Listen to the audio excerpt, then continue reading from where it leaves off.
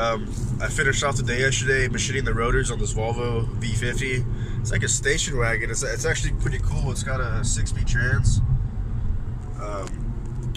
Freaking hobo riding a bike right here trying to get run over. He was in the U-turn lane just a second ago. Yeah, what was I gonna say? I guess it's kind of good to, you know, if you're tired at the end of the day and you have a car that just has a little bit of work left, it's good just to go ahead and like just do one extra push, you know, and just get the car knocked out so you can have a fresh start the next morning. Especially today being the last day of the pay period. All this car has is the second test drive. And on my first test drives of the morning, I like to grab some breakfast, even though you're not supposed to, but I do it anyway. So here I am, I'm just gonna grab me a chicken biscuit. Alright, so I pulled in this Lexus IS 200T. This one's pretty clean. It's just gonna need just like an oil change in state. Hopefully I can knock it out pretty fast and move on to my next car.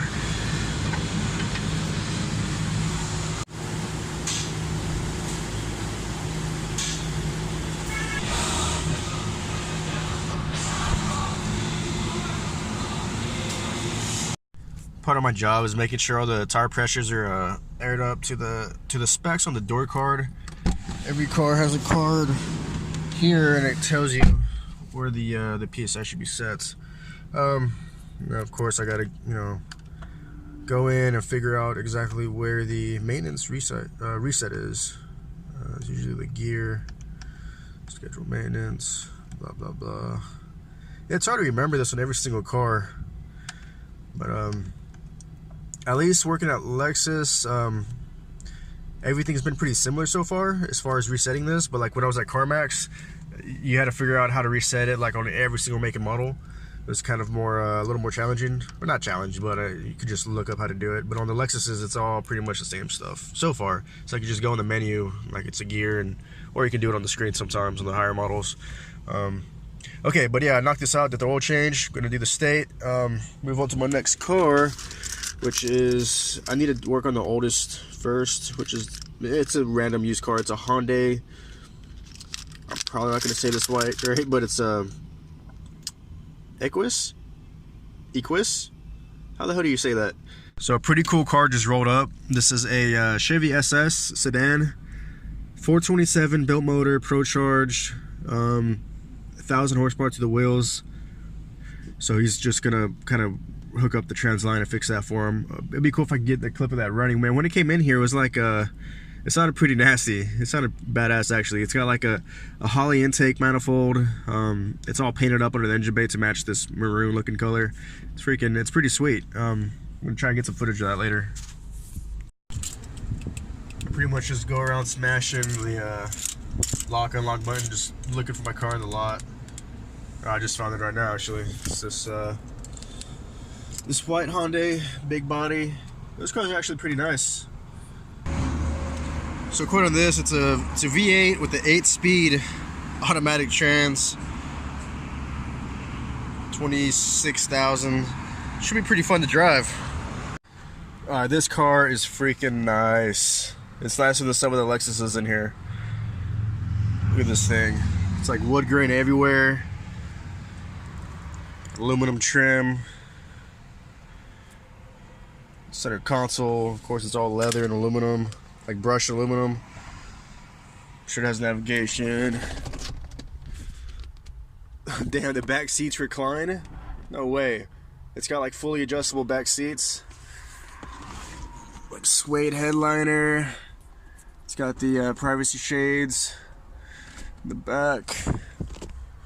Damn, this car is nice. So I think I need to do like a wide open throttle to show you guys how peppy this car is. Let's see, what I'm testing for here is motor mounts, driveline vibrations, things like that. So I need to floor it. And there we are, 60. It's pretty quick. It's fun to drive. It's for being such a big car, this car moves out really good. It must, I'm gonna guess, it has at least 360 horsepower, I'm gonna have to look it up later. I like to like I don't know, look up the specs and shit on the cars I'm driving. Doesn't really pick it up on the camera when I try and capture this. It's pretty bad, and I hear some tire noise up front. It's only got 42,000 miles. I'm gonna guess it probably needs front tires, and if it doesn't, I'm gonna see if I can get them to pay me to balance the front tires. Because if the wheel is vibrating, you know, without you touching it, without pushing the brake, just cruising, you know, that usually means the front tires are out of balance. I'm gonna come to a couple hard stops and check the brakes. So this is actually pretty exciting. It's not like a cool car or anything, but a part of my job is to also get the brand new Lexuses like straight off the delivery truck. And I mean, they probably has like 0 miles, and I got to go through and unwrap everything, the wheels, the plastics, all these. Everything is labeled. It's weird, but yeah, it's all wrapped up for like protection and for delivery. Plastics all over the door panels, the seats. It's weird how everything's labeled. I've never actually done one of these yet. I've been waiting to get one. So I need to unwrap everything, basically like a present. Even the freaking sun visors have plastic sheets. So this car has 0.9 miles. That's probably because like at the factory they probably had to put 0.9 miles on there just to make sure, you know, it was okay to leave the factory, I guess. But then I still have to put a couple miles on there and go through it, and we hook up a computer and scan all the modules and the systems and make sure everything's okay and like awake and working. What is this anyway? I don't even know what this is. It's a 2019 Lexus RX 350. This is gonna sound crazy, but everything like sounds different when you touch it on this brand new car. It's like the steering wheel sounds different. Like it's like, you know, perfect and dry. And it's like a used car steering wheel doesn't sound like that when you touch it. I know that sounds really weird, but it's like, I guess like when a car gets old, it like I don't know, like it builds up with your oils and everyone touching it and just crap building up on everything. As you can tell, I don't get in many brand new cars, so I'm just kind of appreciating this. The fact that it pays more than inspecting a used car, which is weird. Let's see, it pays 2 hours to look over this car and hook up the computer, unwrap it, and then I got to do the state inspection, which is 0.5. So I was in the middle of doing the it's called a PDI on the brand new cars. It stands for pre-delivery inspection. I was in the middle of doing that, and then one of the I don't know what he is. He's like in charge of routing out the cars, kind of. He gave me this to replace the battery. And now, whenever you change out the batteries on these new Lexuses, it resets the parking assist system. So we have this fancy little, it's called a tech stream. And it can like access every module, program modules, recalibrate, like, I don't know, yaw sensors, steering angle sensors, and in this case, the parking assist system.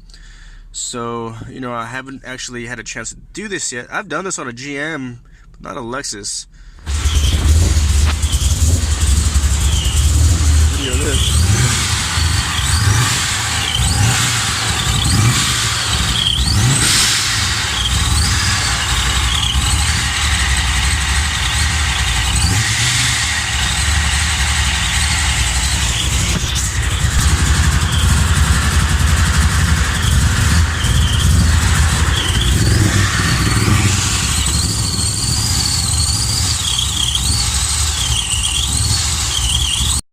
So I talked to the dude that owns that car, and he said it is a 427, it's Pro Charge, and it puts on 1,000 horsepower, but on top of that it has a nitrous kit.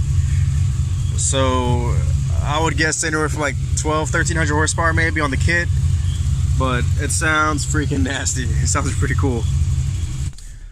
Alright, I'm going to take a couple steps back and do a little bit of venting right now. So earlier this morning I had the Hyundai Equus, or whatever the hell you want to call it. I test drove it, I brought it to my bay, and then right away the fucking sales guy came, like, "You're the one driving around in my car." I'm like, "Yeah, I'm inspecting it. I gotta go through it, gotta do the oil change and say inspection. My god." I can't even talk right now. Okay, but yeah, I gotta go through all it and do all this stuff. You know, gotta go through the procedure and the steps and everything that I gotta do what I gotta do. He's like, don't worry about it. I'll sell it as is. He's here to buy the car. He takes the car out. He takes it away. So I'm like, well, shit. Now I need something to do. So this is when I grabbed the brand new RX 350, the 2019, and I was unwrapping that, going through that. In the middle of that, I get pulled off of that project to do the battery on this. Whatever this is, it's not an RX 350, it's a little smaller, might be like an NX 200 or something. I don't even know. So, you know, I'm doing this battery, I'm programming the parking sensors and all that, and then he brings the Hyundai key back and says, you can go ahead and look through the car. The guy is going to be here after lunch. What time is it now? It's 11 o'clock. And he says he's going to be here after lunch to buy the car. I can go ahead and do everything I got to do. You know, do the whole change and state inspection, look through the car. I pulled it on my bay whenever he took it out or said he was going to sell it. But now I'm left here. I got this car here. I've got that Lexus in the bay. And this fucking guy wants the car now. I mean, like I was saying yesterday, it's like they don't understand. There's, you know, shit can't happen as fast as they want it to happen. It's like it's got to happen in a certain way, in a certain order. I don't know. It's a little frustrating. So just kind of venting. Well, now that I'm done with this, I got the parking sensors recalibrated. I can get this out of here. I guess I could pull out that Lexus. You know, no, I'm not gonna get that Lexus out of there. I'm gonna raise it up in the air and just let this sales guy wait. That's what I'm gonna do. Yeah, I'm just gonna say it'll be done when it's done. Fuck it.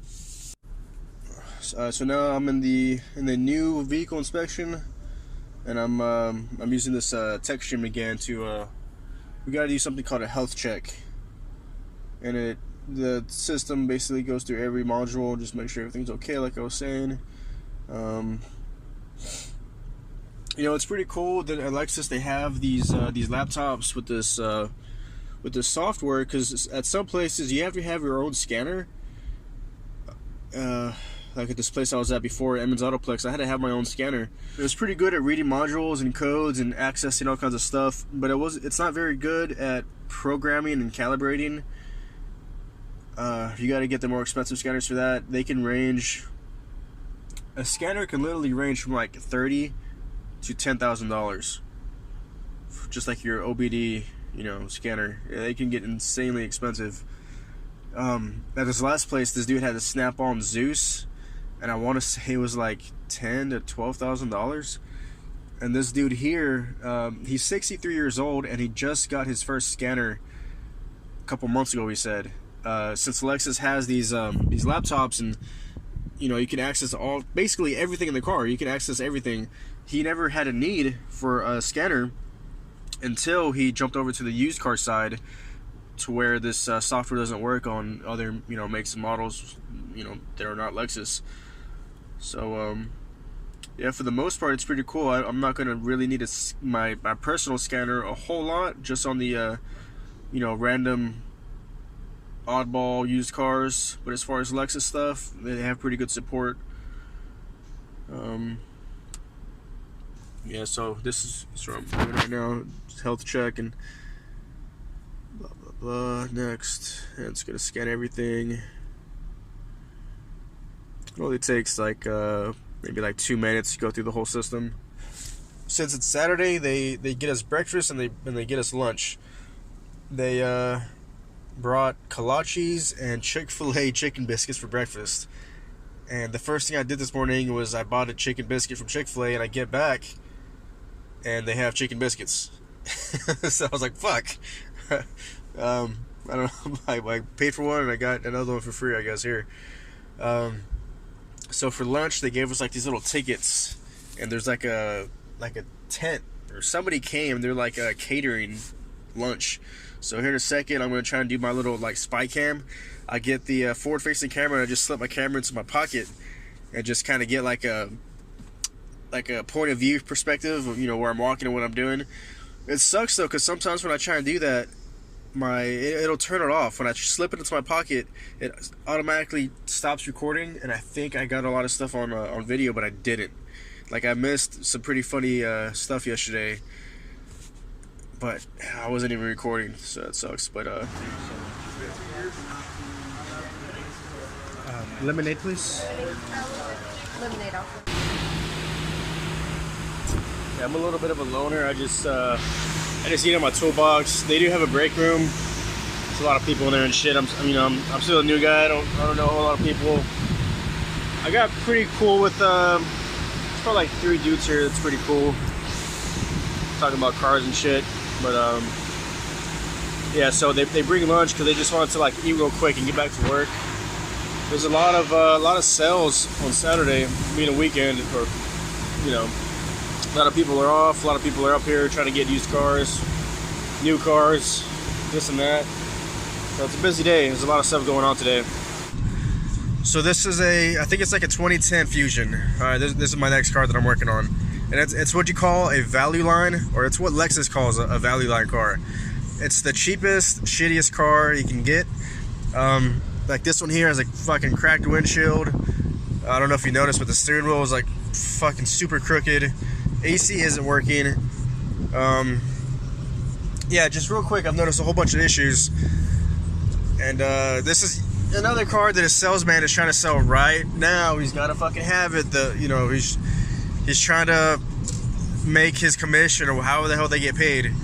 But this car is in no condition to sell. At least I don't think it is. It's gonna be interesting to write down the list and bring all the issues to the sales manager and see what he wants to do. There's no way they're gonna want to sell this car the way it is now. Yeah, just without AC, that alone, that's not gonna fly. But I tried to get out of the car. When I put it in my bay, the fucking handle doesn't work, so I took it apart, and the handle was broke right there. So that gotta add that to the list of shit. Wonder how much a handle pays. Usually like something like 0.7. Here it probably pays like an hour, I would assume. So I need to do an alignment, get a door handle, lift it up in the air and see what's going on underneath the car and if it needs tires and whatnot. So cosmetically, the car is pretty rough, but for sure it needs an alignment and that driver door handle. So I gotta go price the door handle and then run it to the sales manager to get approval. So, well, I'm getting the parts priced on the Ford Fusion, the door handle and the battery and all that. I'm gonna go ahead and knock out the state on the Hyundai. I've had this guy waiting long enough, I guess. This car just needs a state inspection and an oil change, and we can get it out of here. So I was working on this piece of shit Fusion, and I noticed the AC wasn't working, but it was when I test drove it the first time, it was warm. It felt like the heater was on, but then it got cold, and I told myself like it's probably just because it's really hot outside. It probably just took a while for the AC just to get going and get cold. But then while I was sitting in my bay, the AC got hot again. So first thing I did is I hooked up the AC machine, checked the pressures. The pressures were good. It was a little bit low on Freon, but not enough to really cause too big of an issue. And then I hooked up my scanner, and I'm still learning, like realizing how much the scanner can do. It can do a lot of stuff. Let me show you, for example, how I was able to diagnose the issue with this car. So this is the HVAC module on my let's see that my auto scanner is picking up. So the first thing, I'm scrolling, and it said evaporator temperature 37 degrees. That's cold as hell. So that's basically, the air going through the evaporator enters the cabin, and yeah, it might be a little warmer. It probably might be like 45 at the vent or something like that, but there's no reason why it shouldn't be cold. According to this, the evaporator is cold as hell. AC should be good. I'm scrolling through, and then I see left blend door position hot. Left blend door position 100%. So basically it's saying that the left blend door got stuck at 100% hot. So basically that the heater is on. It's stuck on the heater. The AC is, let's see, it does say the AC is active. AC status off right now. It must be cycling. Alright, AC status on. Yeah, so basically from this, just by scrolling through this live data here, I was able to realize that the left blend door actuator is stuck. So I went underneath, I unplugged the actuator, I took it off, and I turned the door manually, and now the AC is working fucking awesome. It's cold. It probably feels like 40-45 degrees. But so the issue is that blend door actuator, it's not actuating with, you know, it didn't happen right away. It was kind of like intermittent. That's why it kind of threw me off. But yeah, it was like $65 for the actuator, and I'm charging 1 hour to replace it. So I got 1 hour AC diag, 1 hour to replace the actuator, 1 hour for the door handle, 1 hour to just look through the car, see, you know, do a used car inspection, 0.5 for the state inspection. So yeah, it starts to add up pretty quick. That's just kind of where I'm at right now. I'm still very, very glad I got this scanner, because every day, just about every day I use the scanner, it comes in handy, and it helps a lot to you know, just narrow things down and takes the guesswork out of some stuff. But yeah, just a little update to what time it is. I think it's like getting close to 3, maybe 4 o'clock. I honestly lost track. I've been pretty busy. So I don't even know if I updated you on this, but there was a rush on this Hyundai, and there was a big rush on the Ford Fusion. Okay, they're both, you know, the sales guy saying how they're sold, the customer's coming to, they have an appointment, blah blah blah. So, you know, I was kind of trying to prioritize and get these done first, right? And so I get them done, and then the sales guy says, "Oh, don't worry about it. The customer canceled his appointment." And that's the second or third time this has happened. That happened on both, actually, on this Hyundai and on the Ford Fusion. Both of them, they canceled. So it's like, do I hurry or do I not hurry? Bottom line is, just work at your own pace, and just I find it's good to have like the mentality that, like, it is what it is.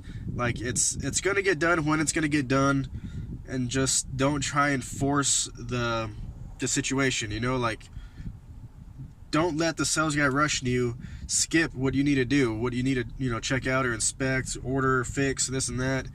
Just do what you do. Don't I don't know, just don't let them influence your workflow or what you're gonna do.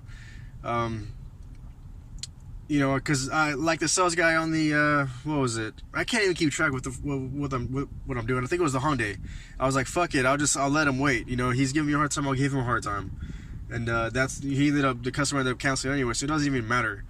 But you do have the power to work in the order that you want to work, you know, to an extent.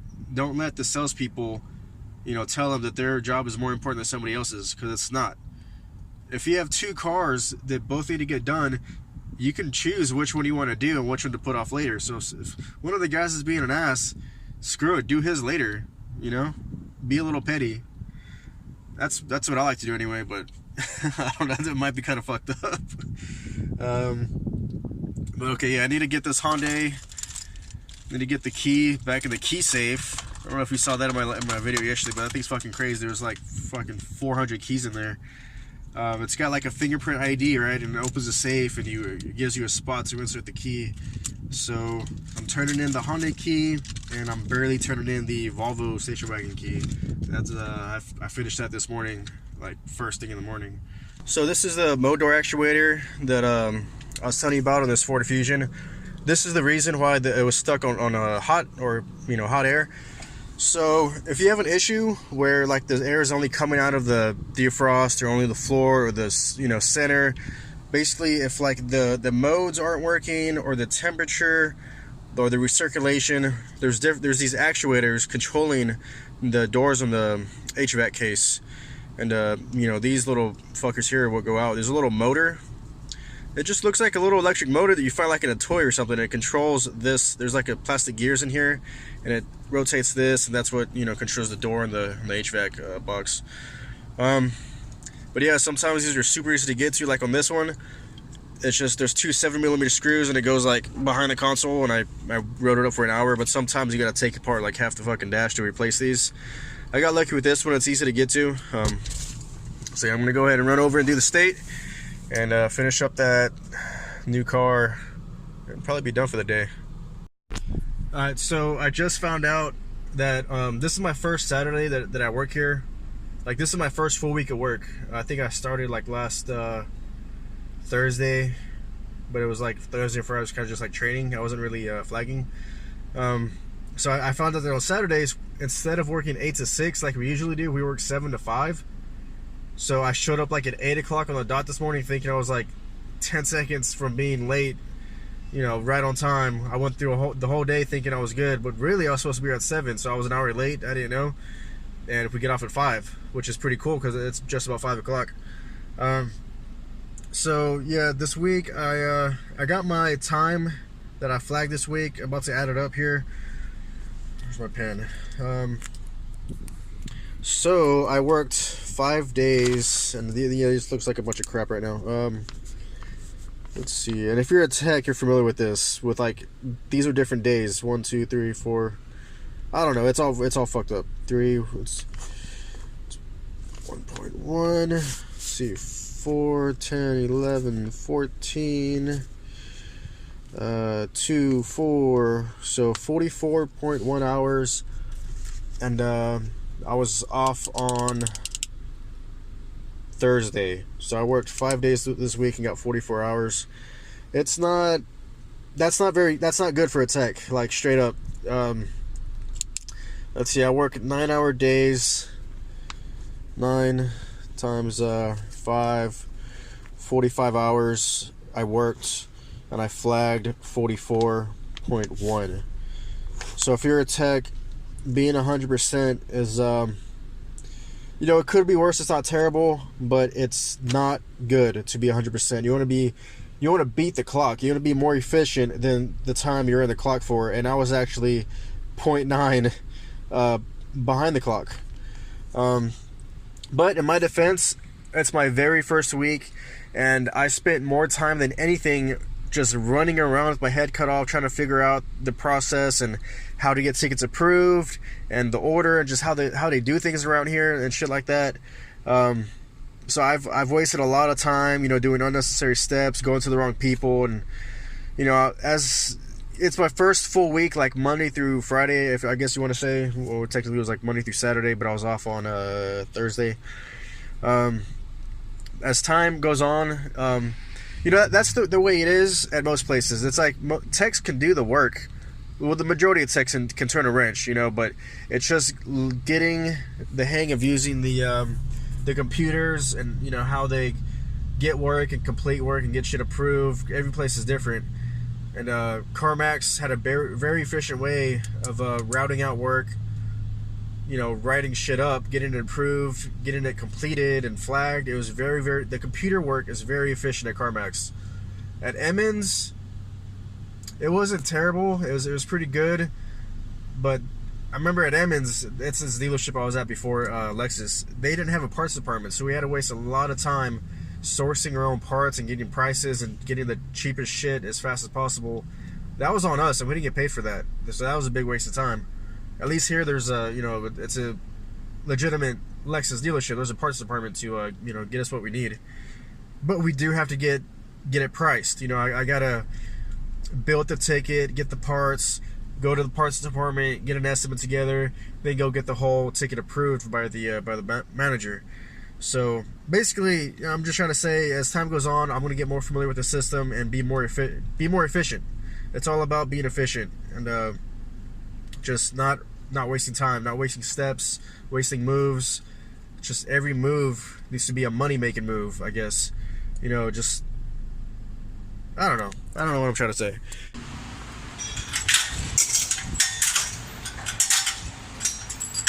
Oh, this is weird.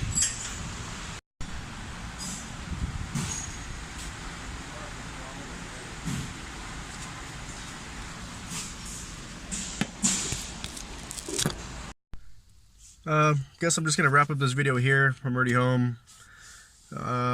So this weekend, it's Father's Day weekend. maybe I can get some free time tomorrow to do some shit for the channel, like some Honda stuff. But yeah, if you like this video, don't forget to like and subscribe. See you in the next one. Thanks for watching.